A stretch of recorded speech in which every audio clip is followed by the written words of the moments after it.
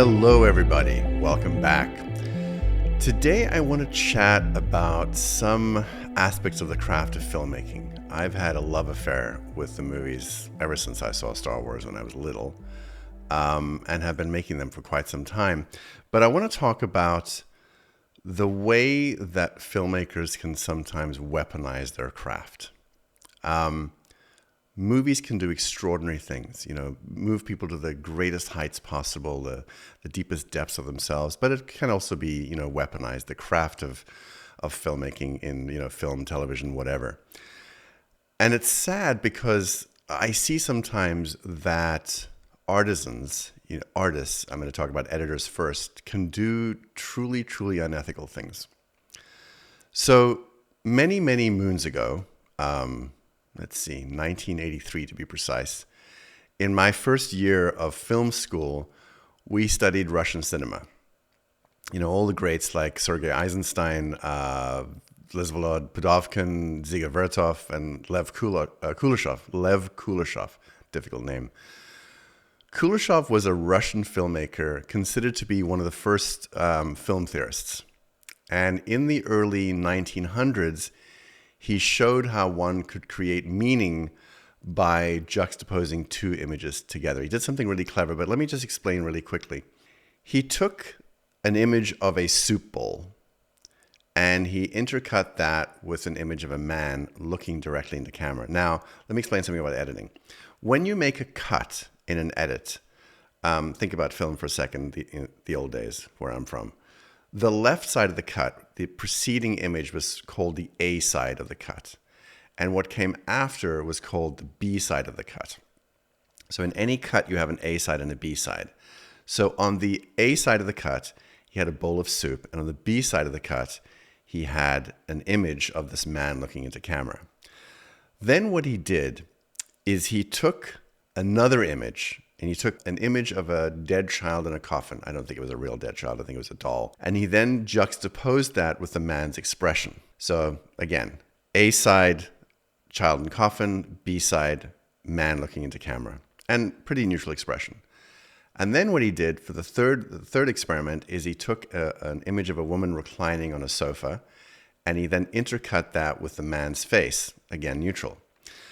In each case, what happened is that the combination of the A and the B side, the A and the B shot, produced a certain meaning for the audience. So in the case of the soup and the man's expression, people felt, oh, he's hungry. In the case of the child in the coffin and the man, people decided, oh, he's sad. And in the case of the woman reclining on a couch and the man, they said, oh, he's lustful. Now, what was interesting was that it was the same shot every time of the man, the exact same shot, and he had a neutral expression. And what Kuleshov discovered is that by editing these two images together, he could create a new meaning and the audience wouldn't know the difference. Because back then, the audience was not sophisticated enough to perceive all the subconscious processes involved and only understood once they realized the close-up of the man's face was exactly the same in each example. The juxtaposition of his face with a bowl of soup equated to hunger, reclining woman to lust. So that experiment was back in 1910, I think, somewhere around 1910. So Alfred Hitchcock showed a similar example in the 1950s to illustrate what 100 years later is still called the Kuleshov effect.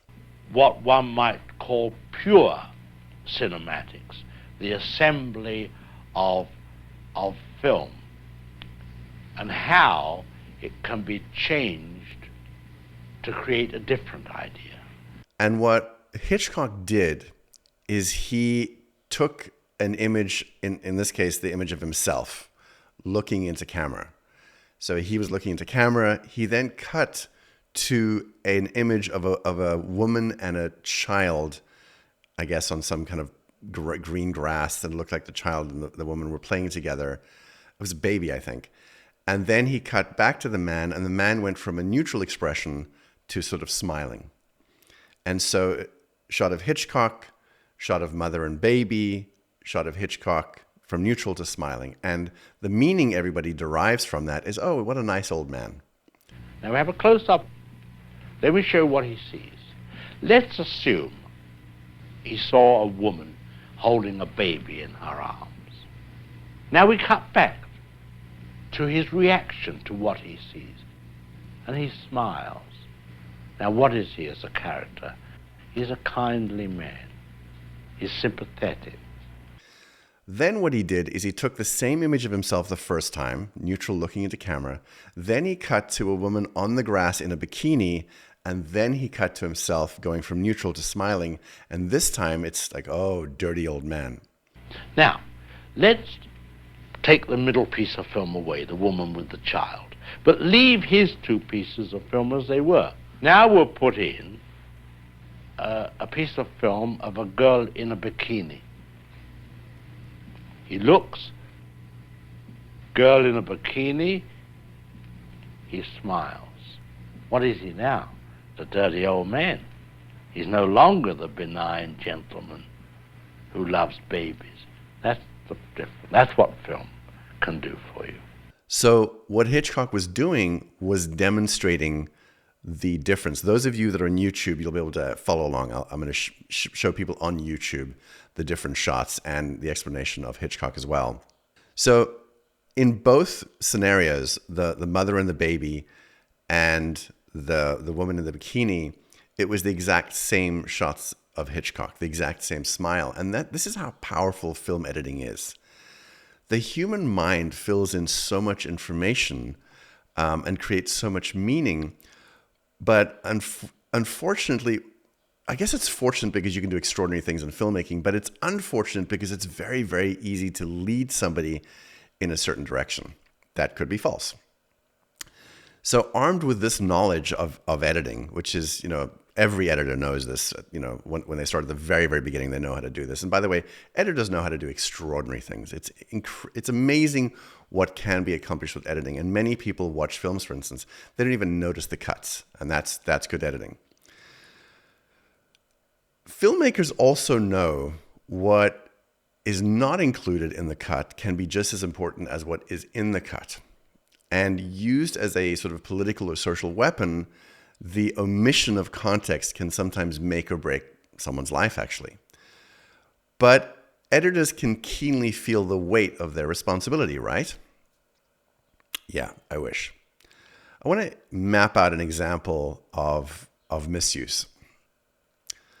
Let's say you took a clip A, of a heinous human being who a few years later would be exposed as a sociopathic criminal, uttering a statement that sounded absolutely horrible. Now, to do this trick well, you need to make sure the audience is not aware of the context of the statement. So let me give you the context.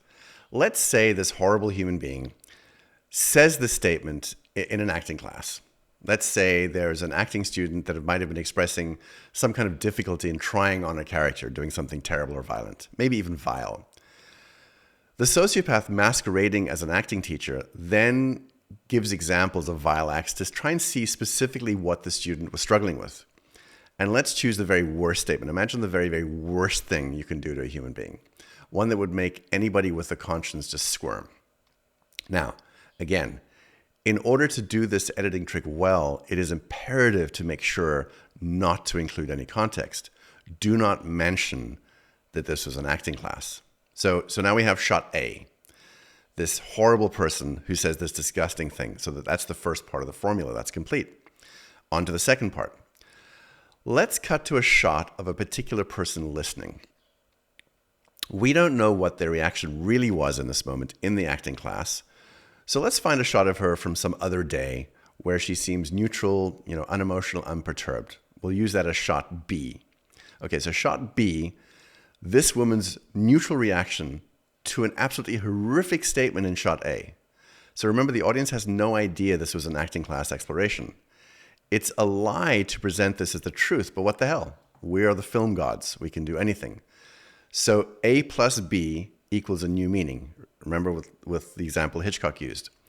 So the new meaning is a statement of the person's character. This horrible human being said this vile thing, shot A, and this woman sat there listening to the statement with no emotional reaction. Shot B, no disgust, no horror. Like, what kind of person does not react to this? She's just as horrible and complicit as the person in the shot A who said this horrible thing. So I'm going to channel the filmmakers for a second. We need to destroy the way the public sees this woman. Job well done. We have accomplished a new meaning that serves us. We don't care what the effects are on her life or any of the bullying that will occur because of our actions. Our arrogance is complete. Plus, we have cinematic immunity. Also, the public is too stupid to question what they're seeing. They don't know how editing works, but we do. Let me give you another example. Let's say you have a shot of a victim alleging some kind of emotional abuse from some other person. Let's say it's a woman and she accuses this man of doing some kind of emotional blackmail, crying to sort of force her not to leave some corporation. It's emotional blackmail. So the first shot is of her alleging this thing. The second shot is of the man crying. And of course, now we know it's true, except that the crying shot was not actually, he wasn't even in front of her in that moment of that shot that was chosen. That shot was used from an acting class where everybody was going through a whole bunch of a range of emotions, and they chose the shot of him having some kind of sadness, crying, whatever it was, and intercut that with her. So you have shot A, which is this victim alleging this person did emotional blackmail. Then you cut to this person from some other context altogether, from an acting class, and you go like, oh my God, I cannot believe he did that to her. So whether that was true or not, you now believe it's true. And I guess the issue is, why do filmmakers do this? It could be any number of reasons. Dreaming of winning awards and significance and fame, This is how you get a leg up. You do some really shifty shit and you destroy the other. And what's so very sad to me is that even members of prestigious guilds can stoop this low. But it really got me thinking about, how we can use this craft of filmmaking, because you can do extraordinary things. And the thing is, even people who are well versed in the craft of filmmaking can fall for it. In the case that I gave you, these so-called hypothetical cases, it's very possible that people in the film industry bought it completely and didn't question it, even though they understood editing. It's sort of assassination by media. And conversely, you can also prop somebody up as well. You can make somebody look incredible. If you've ever seen Leni Riefenstahl's film Triumph of the Will, she made the Nazis look incredible. I mean, amazing. It was such a sense of national pride. Really, really disturbing. Later, so disturbing because you realize what she was actually supporting. And storytelling is very, very powerful. You can make people feel anything you want, just like in music. If you play a specific key of music, you can actually make people feel a specific thing. My wife, who knows a thing or two about music, helped me make some chords to illustrate my point. Now, the descriptions I'm about to give you, I don't know if they're absolutely accurate. I got this off a bunch of different websites. I looked at it and thought, I think this is accurate. But again, I'm not, I never studied music theory. But it's really interesting. Like, depending on the key of music, you can, as a musician, as a composer, get people to feel different things. So for example, C major, the way it's described is innocently happy. Then you have C minor, innocently sad or lovesick. Then you have C sharp minor, despair, wailing, weeping. Then D major, triumphant, victorious war cries. And again, these are keys of music that, when played to a human being, or most human beings, evoke these kinds of feelings. Then you have D sharp minor, deep distress, existential angst. And then G major, which is serious, magnificent fantasy. So it's so interesting that for a long time, I'm kind of assuming hundreds of years now, musicians, composers have understood this. And I think that most people may intuitively know this, but I don't know that everybody understands, oh, there's actually a way to get people to feel certain things. So that's the case in music. In filmmaking, we have the added benefit of visuals. We are now able to play human beings like an instrument. You know, we can play them with visuals, we can play them with music, we can play them with sound effects, we can play them with characters. We can get people to feel the things we want them to feel. And look, I absolutely love filmmaking. I've loved it since I first realized it was actually a profession. Well, I loved it before I realized that, but when I realized it was a profession, I was like, holy shit, this is amazing. But how do we as filmmakers use it? You know, because the thing is, we can build humanity with it, or we can destroy humanity. We can get you riled up and filled with hate, or we can get you coddled into sort of a false sense of security. And it depends on the morality of the craftsperson. It really does matter what the filmmaker, what the screenwriter, what the editors, what the cinematographer, what the director, what everybody believes, because that does tend to end up on screen. Think, for example, of a story from your childhood that really scared you. You know, something that, you know, gave you recurring nightmares or thoughts that just kept on coming back. Do you have a film that you can remember that did this to you? I mean, for me, it was The Exorcist, just kept on coming back again and again and again. And do any of you still have a slight remnant of that fear today? I mean, do you still have that moment, even as an adult, where it's a certain time of night, maybe you're alone, you walk towards the bed, and suddenly you're thinking about something grabbing you from under the bed? There's something under there. And your brain says that's completely illogical.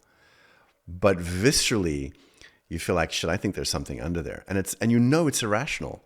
That fear, and it could be anything, it could be whatever it is, that fear came from movies or written stories on television. Honestly, we can scare the fuck out of you, or we can fill you with pride, you know, sorrow, excitement. We can even bring out the bloodlust in you. We can create a scenario where we have a character you really care about and you identify with and is innocent in some way, and we can have somebody, you know, do terrible things to that person, you know, torture them and eventually kill them. It may make you sad, but it may also bring out this bloodlust in you of revenge. And the way we craft the story by having you identify with that person's innocence, you know, with their goodness, and then this brutish person that comes and does terrible things to them and is completely psychopathic in their actions, it can make you feel enraged. We know how to do that. We can craft stories to do that. As filmmakers and storytellers, we get to craft your feelings and we get to craft your values. And screenwriters are masters of this.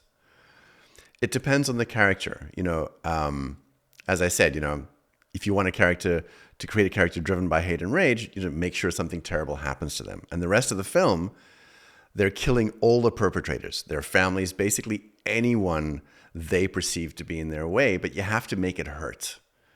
You have to make it really hurt, you know, and very often it's like some guy, maybe he's military, maybe he's not, but, you know, he has some skills from the past and he has an incredible wife and an amazing child, and his wife and child get killed by somebody. And as I said, the rest of the film, he goes and he kills everybody. You know, that's kind of every Charles Bronson movie or, you know, Liam Neeson movie and a few Clint Eastwood movies. Or you can create characters that are driven by goodness. I mean, I think a really good example recently is the TV show Ted Lasso. And it's a very unusual example. Despite people being a complete asshole to him sometimes, many times, he finds his way through everything with kindness and reflection and caring for other people and empathy. And it's not like he's a pushover. He triumphs, that goodness triumphs. And I will tell you, it's been one of my favorite shows because everything is filled with goodness. Even the characters that are assholes, they're humanized in such a way that you begin to understand why they are the way they are. There's these beautiful arcs of people that start as major assholes in, season one and change through time. And the whole sort of ethos, the whole feeling you have is a world of goodness, which does exist, by the way. It's interesting when you watch the news or you watch media, you watch how terrible the world is. But if you scour the internet for cool things, there's an account on Instagram, I think it's Tank's Good News. Such a beautiful account. It's like all these good stories, all these amazing things that human beings do, and that does exist, but it's not really reflected so much in filmmaking. It's not reflected in Hollywood. In Hollywood, everything is about pushing how fucked up can we make something to get the audience to feel something. And this is the thing that always bothers me. We can get you to feel anything we want as filmmakers, but why to constantly terrorize people and get them to feel, phobias and this and hatred? I mean, it's exciting, but is it good? Is it good to keep on firing that neurology in an audience? And I think that unfortunately, because of the attitude of the bottom line is making money, the answer is always, yes, it's good. Doesn't matter what it is, get them to feel something. Filmmakers will create characters based on some aspect of themselves. What do their characters yearn for? Do they yearn for control? Do they yearn for redemption? Do they, yearn for connection or sadism? Something that I keep thinking about, I'm going to get shit for this, I just know it. I think about Star Wars a lot because that's the film that really got me excited about making movies. And, think about in Star Wars, you have, the rebellion and you have the Empire. And the Empire are murderous psychopaths. They're like cold, heartless AI. Bad. They're bad. They're really bad people. And the rebellion are trying to keep the values of humanity alive. But weirdly, when you go to Star Wars conventions or sci-fi conventions, there are so many people dressed up as stormtroopers or dark evil Jedi or Darth Vader. Now, look, I understand. We can fantasize about anything we want. I totally get it. That's wonderful. But I am interested in the amount of fandom for the really dark characters, for the Empire. The Empire is murderous psychopaths. The Empire is basically, imagine today's world, fast forward to massive mega corporations take over and everybody becomes a slave. That's the Empire, who will murder anybody who gets in their way. It doesn't go along with what they want. And I think it's also, the reason people love this kind of thing is because writers and filmmakers have made evil and psychopathy really, really sexy. And it feels like that's what people want to emulate. I mean, just go back to Star Wars for a second. Some of the costumes of the dark side are incredible. And the rebellion, they're wearing ratty things and, shitty clothes and whatever. But the dark side, oh, it's sexy with the cloaks and the this and the that. And they've, the writers and filmmakers in many of these kinds of films have created things that are so sexy and so inviting that people want to emulate that. And so every time we watch these movies, we're modeling the emotional architecture of those characters. We're absorbing film and television into our psyches, and these stories become part of our life narrative, our identity. Now, if you ask lawyers and lobbyists, and then you look at studies that are funded by media companies, they would say, well, our product has no effect on programming the populace. There's a clear distinction between our, fantasy and make-believe. And people can say, well, yeah, Mark, it's make-believe. People can tell the difference between fantasy and reality. And I'm like, really? You really think they can tell the difference? I don't think they can. Filmmaking is so beautiful because you, in essence, and especially in a theater, I think a little less with looking at television, but especially in a theater, and this is what I wrote my thesis about, by the way, when I was in film school, is the trance-like quality that you get into in a movie theater. In the darkness, you have this screen up there, and it's like, I theorize, part of your normal cognition kind of goes offline, and you immerse yourself into this fantasy world. Now, you could say in a healthy person that once the movie's over, you go, oh, that was a great story. I went for a great ride. Now this is reality. But I find sometimes there are always remnants of this. And you'll know that if you think about movies you've seen or television you've seen or stories you've read that linger with you. And they can linger in a very, very positive way, and they can also linger in a very negative way. So I go back to this thing that people can tell the difference between fantasy and reality, right? And that's what lawyers and lobbyists and studies that are funded by these companies will say. So there's a word going around that got me thinking about this word going around. Because people think, well, no, you can't program people with media. It's not really true. People know they're watching a story. That's all. So there's a word going around that's called PSYOPs, which stands for psychological operations. And a lot of people have heard this word and thought, oh, it's just a bunch of, conspiracy theory nut jobs seeing things that aren't there. And at first I kind of had the same thought. I was like, PSYOPs, everything's a PSYOP. Yeah. And then on YouTube, I saw a video called Ghost in the Machine. And I watched this video. And it was weird because it was really creepy. And I thought to myself, okay, this is like some conspiracy theorist trying to make up shit about the military and the government. I mean, it's just fucking crazy. And it was very, very well made. I was like, holy shit, this is great. It was a really good parody. And then I went to look at the account that posted the video Ghost in the Machine. And the account was 4th Psychological Operations Group Airborne Military. And I was like, what? I thought, oh, that's just a bullshit, fake account. And then I dug deeper and I looked at the website and I thought, holy shit, this is the Army.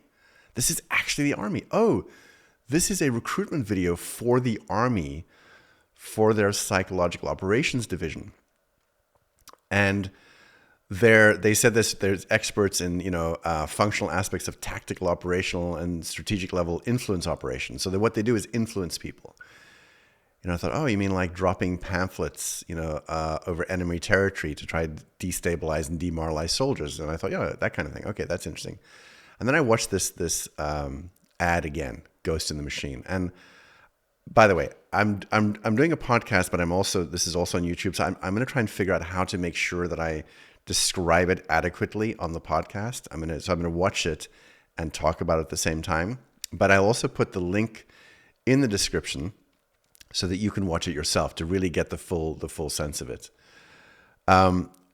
So it's, as I said, it's really, really good filmmaking. I mean, it's really good editing, and it's all stock footage, but the editing is incredible. The music's incredible. So what I'm going to do is I'm going to play it and talk you through it for those of you listening to audio only, and hopefully I'll do a fairly good job, I hope. So it opens with this really incredible sound effects, this sort of ambient sound.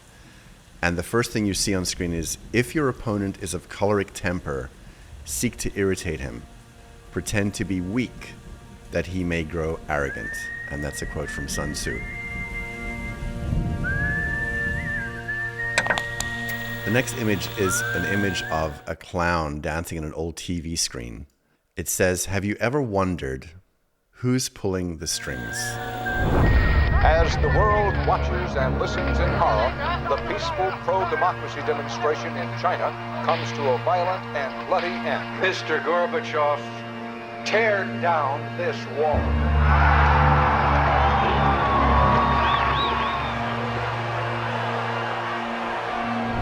And then you see a conductor raising his hand in a beam of light as though an orchestra might be about to play. Then you see a chessboard and a forest, like this interesting empty forest. And then you're tracking through the trees. Wolves hiding nearby, whispering, do or die around me. And then it says, born from the ashes of a world at war. And it says, you'll find us in the shadows, and you see what looks like a SEAL team about to break into a house. At the tip of the spear.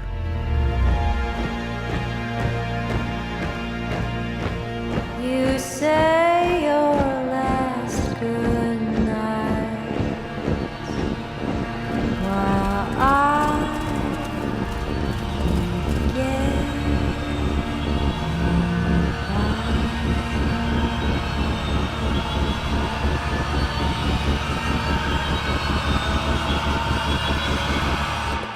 says, a threat rises in the east. Cut to Russia invades Ukraine. Warfare, and you've got like Genghis Khan warriors on horseback. Warfare is evolving. Military guys jumping out of tanks, but also people playing pianos, drone strikes, people editing.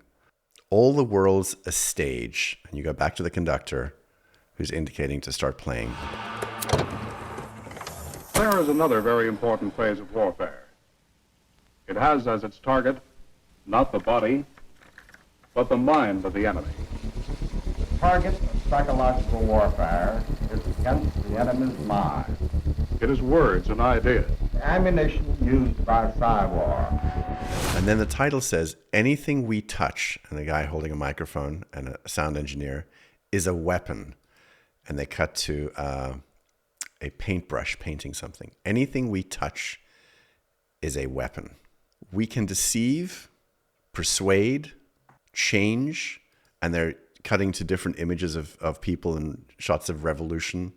Influence, a woman holding a cell phone. Inspire, a woman looking up in the rain. A shot of a Maasai warrior.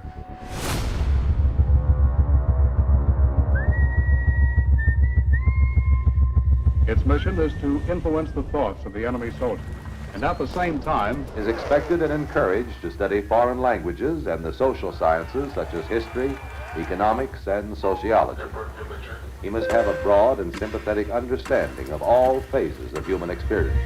Gripping at my skin, the walls of night closing. but the use of this force as an integral part of combat has now taken on new form. And then it gets really interesting. Then there's a shot of a forest, and you see these dark figures, but they're all wearing white masks that are starting to walk towards camera. And the title says, "We come in many forms." And now you have an actor backstage in a theater painting their face. A chess piece moving. We come in many forms. The actor's dabbing on. Oh, so the actor's actually a clown. And now we cut back to a television with the clown and a witch holding a mirror. A shot of space. We are everywhere. In a movie theater. In a metro. These are all the images. The Statue of Liberty. Back to the TV screen and the witch unmasking the clown and shows the clown is actually a ghost. There's a way to say my last goodbye.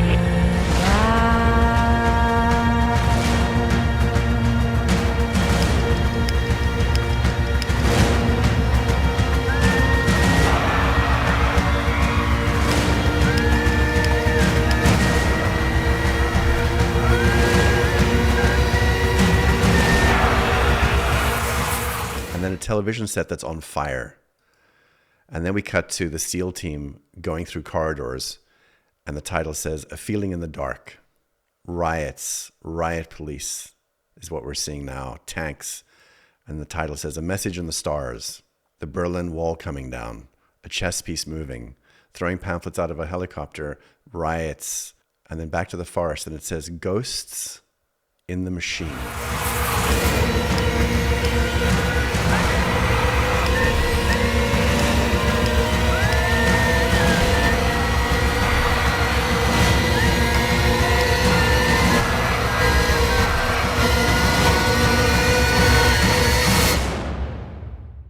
And then the cool images of these inflatable tanks being pushed over. And I think they did that in the Second World War to try to make the enemy think there were more tanks than they were. A shot of Tiananmen Square knocking down the Saddam Hussein statue. Back to the guys in the forest. And then back to the title. It says, "We are everywhere. A feeling in the dark. A message in the stars. Ghosts in the machine." And then it says, "What are we?" And then this big title comes up that says, "Psy-War." These are the Psy-War soldiers. And then their logo, which is Verbum Vincet, which translates from Latin, the word conquers, and then the Go Army URL. Now, what blew my mind when I saw this is I thought, like, are they actually putting an ad out for this? And I realized, yeah, they are. They're actually putting an ad out for the kinds of psyops that they're doing. It's actually a brilliant ad. I mean, it's very creepy. It's a very creepy ad. And I really encourage you to, if you finish the podcast, go and watch it.